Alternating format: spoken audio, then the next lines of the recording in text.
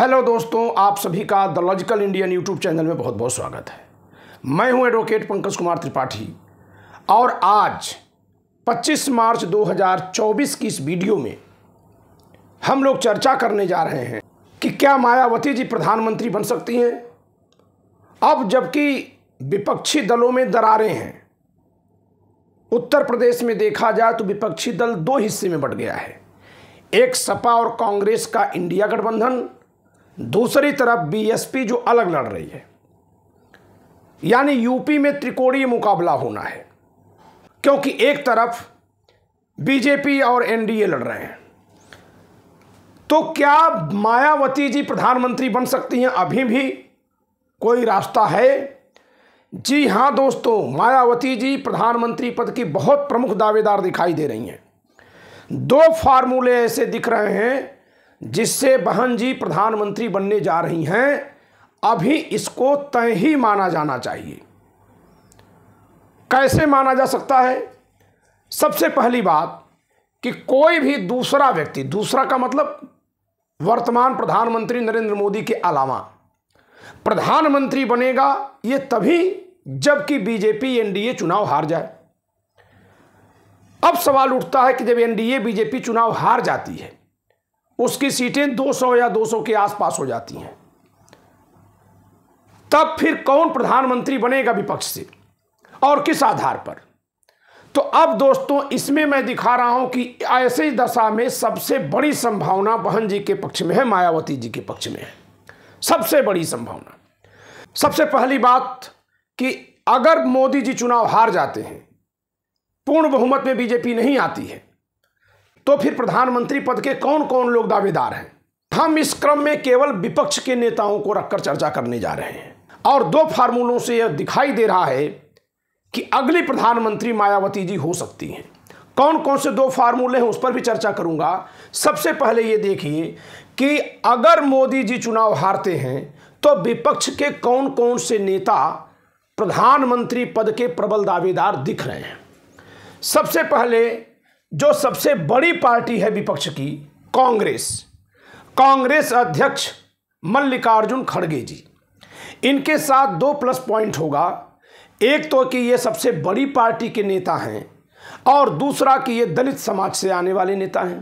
तो भारत को पहला दलित प्रधानमंत्री देने का श्रेय कांग्रेस अपने हाथ में अगर रखना चाहेगी तो ऐसे में खड़गे जी प्रधानमंत्री पद के दावेदार होंगे।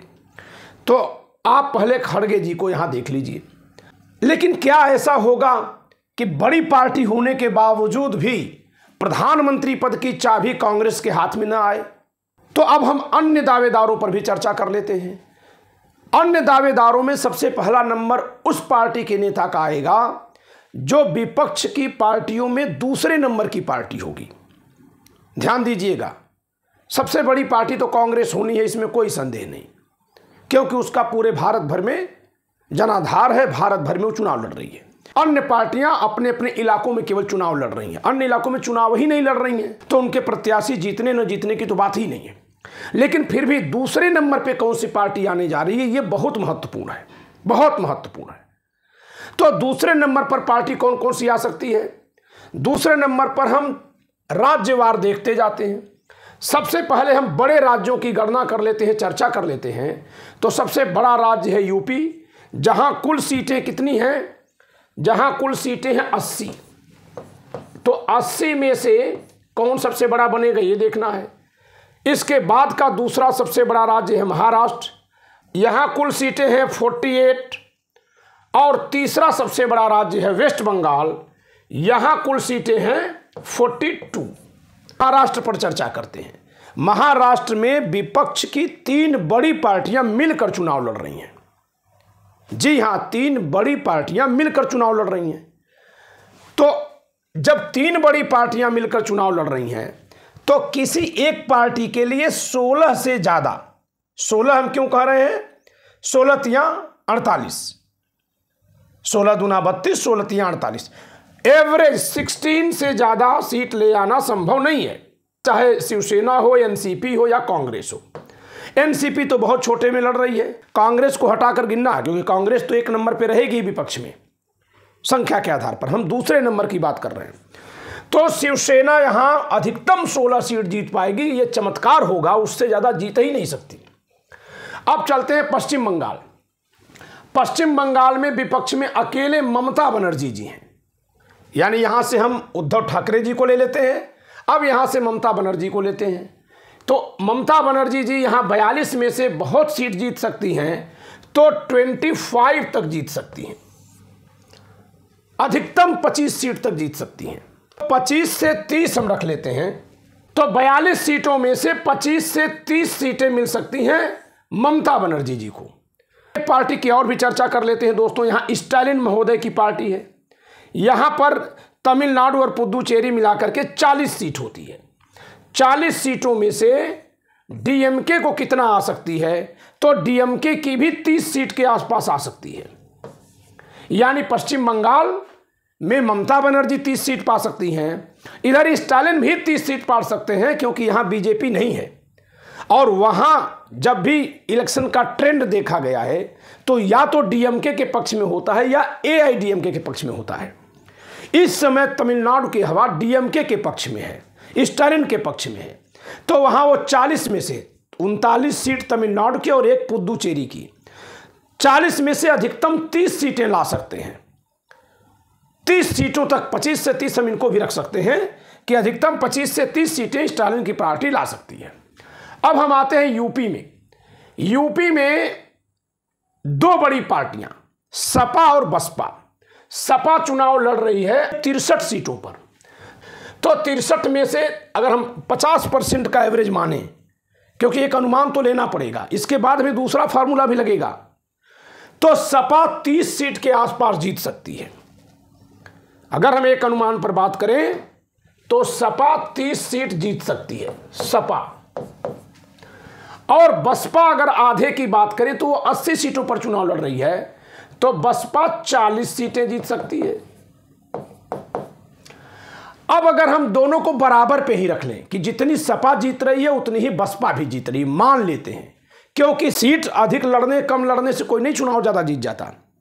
सपा के साथ गठबंधन है, तो हो सकता है कि सपा की सीटें बसपा से ज्यादा हों, मान लेते हैं। हो सकता है कि बसपा की सीटें सपा से ज्यादा हों, यानी कि सपा बसपा में से कोई दूसरे तीसरे पर हो सकता है। इसके अलावा बिहार की बात हम कर लेते हैं। बिहार में भी हम मान लेते हैं कि बिहार और झारखंड मिला के आरजेडी के पास भी 30 सांसद हो जाते हैं, मान लेते हैं। अधिकतम की बात हम कर रहे हैं। तो अगर 4 पार्टियां बराबर होती हैं, RJD, SP, BSP, Trinamool Congress और डीएमके, ये 4 पार्टियां अगर आसपास होती हैं तो इसमें भी 2 संभावनाएं बनेंगी। एक संभावना तब जबकि बीएसपी दूसरे नंबर की पार्टी है। कल्पना करिए, क्योंकि चुनाव के बाद तो कोई दूसरे नंबर पे आएगा ना, कि चुनाव के बाद अगर बीएसपी दूसरे नंबर पे आती है तब क्या होगा। दूसरे नंबर का मतलब विपक्ष की पार्टियों में कांग्रेस के बाद अगर दूसरे नंबर पर आती है तो दूसरे नंबर पर आती है तो सबसे पहले एक फार्मूला बहन जी चलेंगी कि कांग्रेसी प्रधानमंत्री नहीं होगा।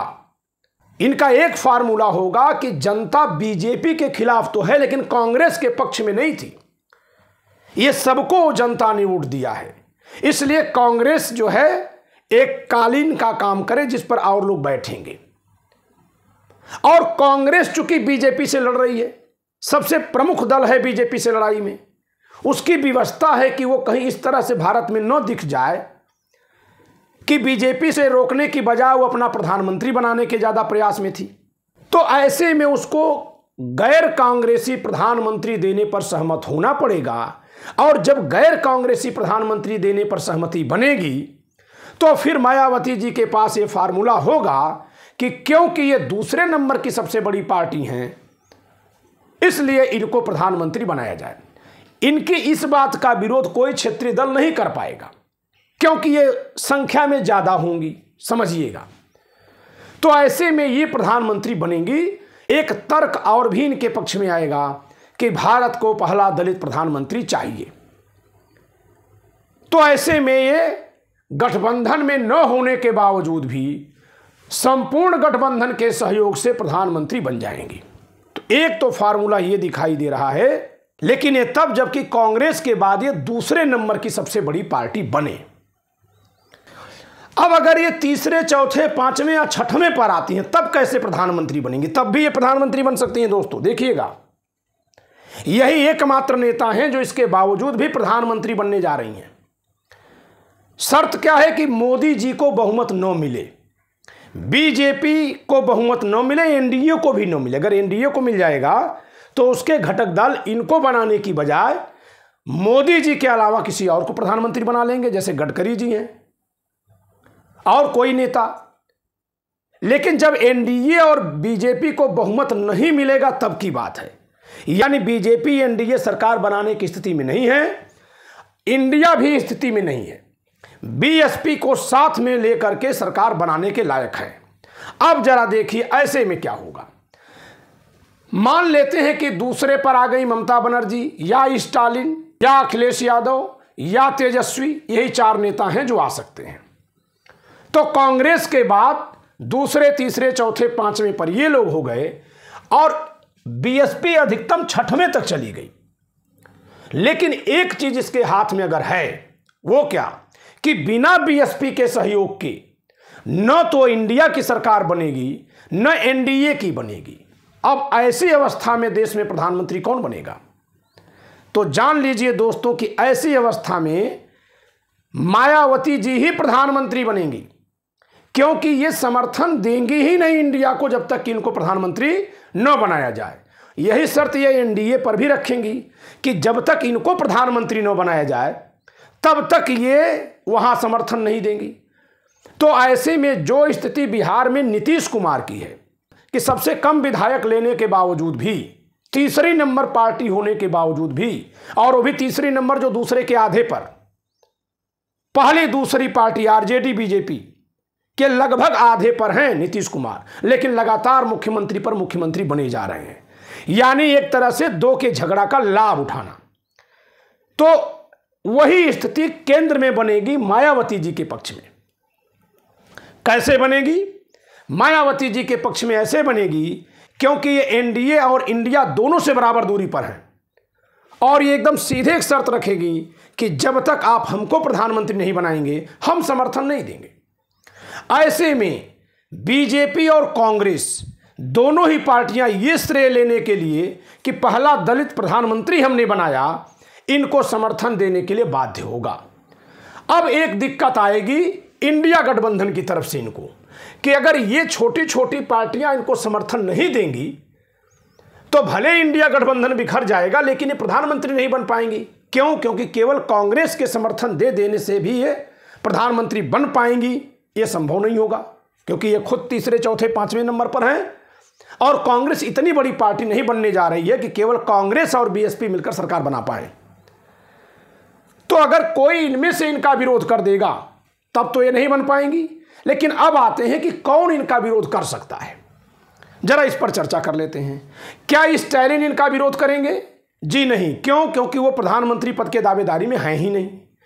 क्या उद्धव ठाकरे या शरद पवार इनका विरोध करेंगे? जी नहीं, क्योंकि वो अपने इलाके में वो लोग दलित वोट पाते हैं और दलित प्रधानमंत्री बनाने के लिए वो सामने खड़े हो जाएंगे साथ में। वैसे भी वे लोग प्रधानमंत्री पद के दावेदार नहीं हैं। अब आते हैं, क्या ममता बनर्जी इनका विरोध करेंगी? जी नहीं। क्यों? क्योंकि ममता बनर्जी नहीं चाहेंगी कि केंद्र में मायावती जी बीजेपी के साथ खड़ी होकर प्रधानमंत्री बन जाए। क्यों? क्योंकि पश्चिम बंगाल में जहां ममता बनर्जी का राजनीतिक गढ़ है वहां उनकी लड़ाई बीएसपी से नहीं है, बल्कि वहां उनकी लड़ाई बीजेपी से है। तो अगर बीजेपी के तरफ चली जाएंगी मायावती जी तो केंद्र में बीजेपी मजबूत हो जाएगी और राज्य में उनसे मुकाबला करेगी। फिर तो वो बीजेपी को कमजोर करने के लिए, देश की सत्ता अपने हाथ में रखने के लिए इनको समर्थन देंगी। अब आते हैं तेजस्वी पर। तेजस्वी भी बिहार में दलित समाज का बहुत बड़ा वोट पाते हैं, तो वो मायावती जी के प्रधानमंत्री पद की दावेदारी का दो कारणों से विरोध नहीं कर पाएंगे।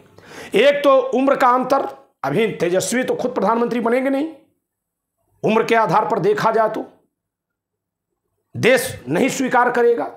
लालू प्रसाद यादव जी की इतनी उम्र है नहीं कि वो बने, तो यानी एक बुजुर्ग हो गए और एक यंग है अभी।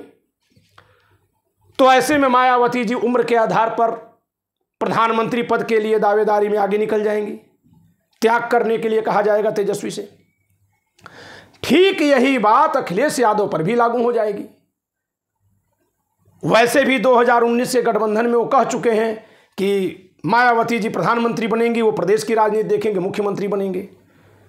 तो ऐसे में कांग्रेस के बाद और बीएसपी से ऊपर के जो दल होंगे उनकी भी सबकी व्यवस्था है कि इनका विरोध न करें, और तब तीसरे, चौथे, पांचवें या छठवें नंबर पर भी आने के बाद मायावती जी के प्रधानमंत्री बनने के रास्ते खुले हुए हैं।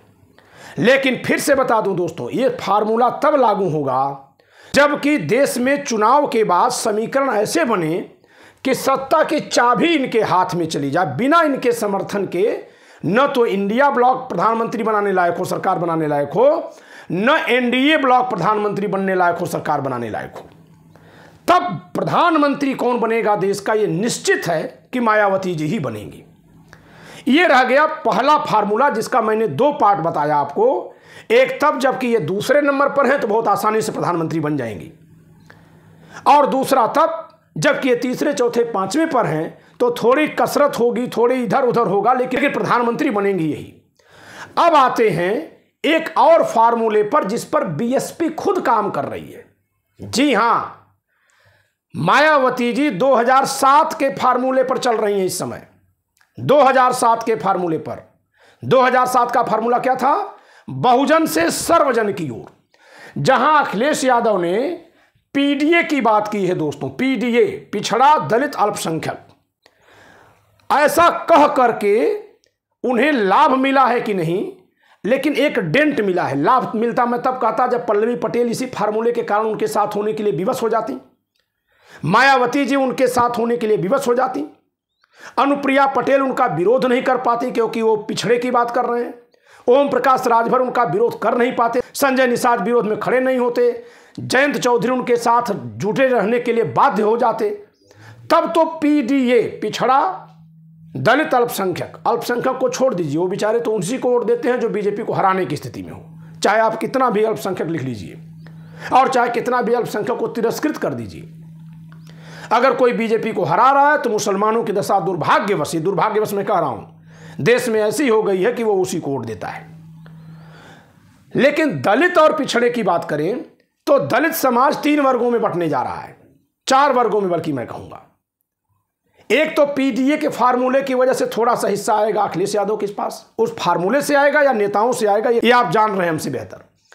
लेकिन दलितों का बहुत बड़ा वोट जाएगा मायावती जी के साथ। अभी कल मैंने एक सर्वे किया है, मैं चाहूंगा कि आप सब सर्वे पर रिपोर्ट करिए अपनी, कि उत्तर प्रदेश में किसको वोट देना चाहते हैं आप, इंडिया गठबंधन या बीएसपी। तो ऐसे में दलितों का वोट तो इधर जा रहा है, पिछड़े का वोट बंट गया, जयंत चौधरी अलग, अनुप्रिया पटेल अलग, ओम प्रकाश राजभर अलग, संजय निषाद अलग, तो सारे पिछड़े वर्ग का वोट बंट गया। अब इसके अलावा बीजेपी में भी बैकवर्ड का बहुत बड़ा वोट जाता है, पूरा लोधी समाज का वोट जाता है, मौर्य समाज का वोट बंटेगा, बीएसपी में जाएगा या बीजेपी में जाएगा। सपा गठबंधन यानी इंडिया गठबंधन को वही मौर्य लोग वोट देंगे जिनको ये दिखाई देगा, जो ये मानते हैं, जिनकी ये प्रतिज्ञा है, जिनको दिख रहा है कि मोदी को हराना है, और मोदी को हराने में उनको उनके इलाके में लगता है कि इंडिया गठबंधन मजबूत है, वहां वो वोट दे देंगे। मायावती जी चल रही हैं इस फार्मूले पर, पीडीएम, इन्होंने एम जोड़ दिया, पिछड़ा दलित अगड़ा मुस्लिम। आप इनके टिकट बंटवारे को देखिए तो ये सर्वजन को लेकर चल रही हैं। बीएसपी बहुजन की जगह सर्वजन पर जा रही है। तो जिस तरह से बीजेपी एंटी मुस्लिम होकर के 140 करोड़ भारतीयों का नारा लगा लेती है, वैसे ही बीएसपी भले ही प्रमुख रूप से किसी एक समाज की पार्टी बनकर उभरी हो, लेकिन टिकट बंटवारे के आधार पर और अपने चुनावी भाषणों में ये कहेंगी कि हम सबकी पार्टी हैं, और जब चुनाव के बाद प्रधानमंत्री बनने की बात आएगी तो यही फैक्टर इनके पक्ष में चला जाएगा। आपको हम बता दें कि राहुल गांधी ने भी जो ये कह दिया है कि जाति जनगणना होगी, जाति जनगणना होगी, इससे सवर्ण समाज जो नाराज है वो खुद चाहेगा कि मायावती जी प्रधानमंत्री बने। अगर मोदी जी नहीं प्रधानमंत्री बन रहे हैं तो शेष जो समाज है वो मायावती जी को प्रधानमंत्री देखना चाहेगा। तो ऐसे में मायावती जी की दावेदारी मजबूत होगी। एक और कारण है जो अंतिम कारण है कि इनकी कोई प्रतिबद्धता नहीं है कि ये बीजेपी के सहयोग से प्रधानमंत्री बनेंगी कि कांग्रेस और विपक्षी दलों के सहयोग से। अगर कांग्रेस और विपक्ष इनको समर्थन नहीं देगा तो बीजेपी फौरन इनको प्रधानमंत्री बना देगी। जैसे बीजेपी ने इनको उत्तर प्रदेश का 3 बार मुख्यमंत्री बनाया है। 4 बार में से 1 बार ये अपने दम पर बनी है, 3 बार इनको बीजेपी ने समर्थन देकर मुख्यमंत्री बनाया है। इनकी तमाम फोटो अटल बिहारी वाजपेयी और लाल कृष्ण आडवाणी के साथ आपको दिखेगी, फूल देते, गुलदस्ता देते। लालजी टंडन को ये राखी बांधती थी, उनको अपना भाई मानती थी, लखनऊ के बीजेपी के बहुत कद्दावर नेता। तो ये बीजेपी और कांग्रेस दोनों को सांपनाथ नागनाथ कहती हैं। ऐसे में दोनों से इनकी बराबर दूरी है। दोनों से इनकी बराबर दूरी का राजनीति में इनको यहां लाभ मिल सकता है कि अगर सत्ता की चाबी इनके हाथ में रहेगी तो फिर इनको ही प्रधानमंत्री बनाना पड़ेगा, अन्यथा ये बीजेपी की तरफ जाएंगे और उधर से बन जाएंगी। आप कहेंगे कि सर यही बात तो नीतीश कुमार के भी साथ है। जी नहीं, नीतीश कुमार के साथ ये बात नहीं है। नीतीश कुमार बीजेपी गठबंधन में जाकर चुनाव लड़ रहे हैं, लेकिन अगर सत्ता की चाबी उनके हाथ में आती है तो उनके हाथ में भी एक फार्मूला है कि बिहार में वो मुख्यमंत्री बना दे तेजस्वी को और प्रधानमंत्री बनने चले आए, और तब विपक्ष उनका भी साथ दे सकता है। क्यों? क्योंकि वो एक प्रदेश को इंडिया के पाले में, इंडिया गठबंधन के पाले में लाने के लिए सक्षम है। इस नाते इनके बाद अगर कोई दूसरा ताकतवर होगा तो नीतीश कुमार जी हैं।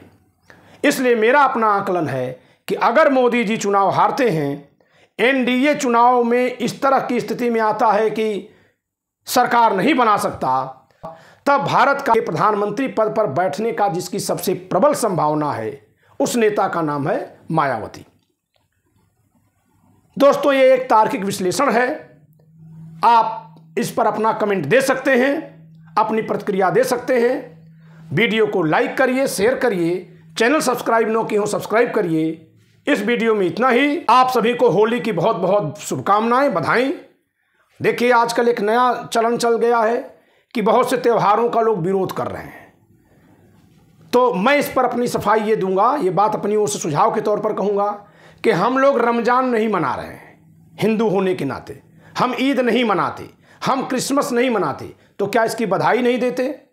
क्या बधाई लेते नहीं? तमाम मुसलमान भाई लोग हमको लिख देते हैं ईद मुबारक है, हम भी उसके बदले में लिखते हैं। तो आप चाहे मनाएं या न मनाएं, अगर किसी त्यौहार को कोई समाज मनाता है तो सार्वजनिक रूप से उसकी बधाई दी जा सकती है, और अगर कोई देता है तो आप चाहे उस त्यौहार को माने न माने, उसकी बधाई उसको काउंटर में दी जानी चाहिए। ये हमारा संविधान अपेक्षा करता है। तो आप सभी को होली मुबारक हो, होली की बहुत बहुत बधाई। जय संविधान।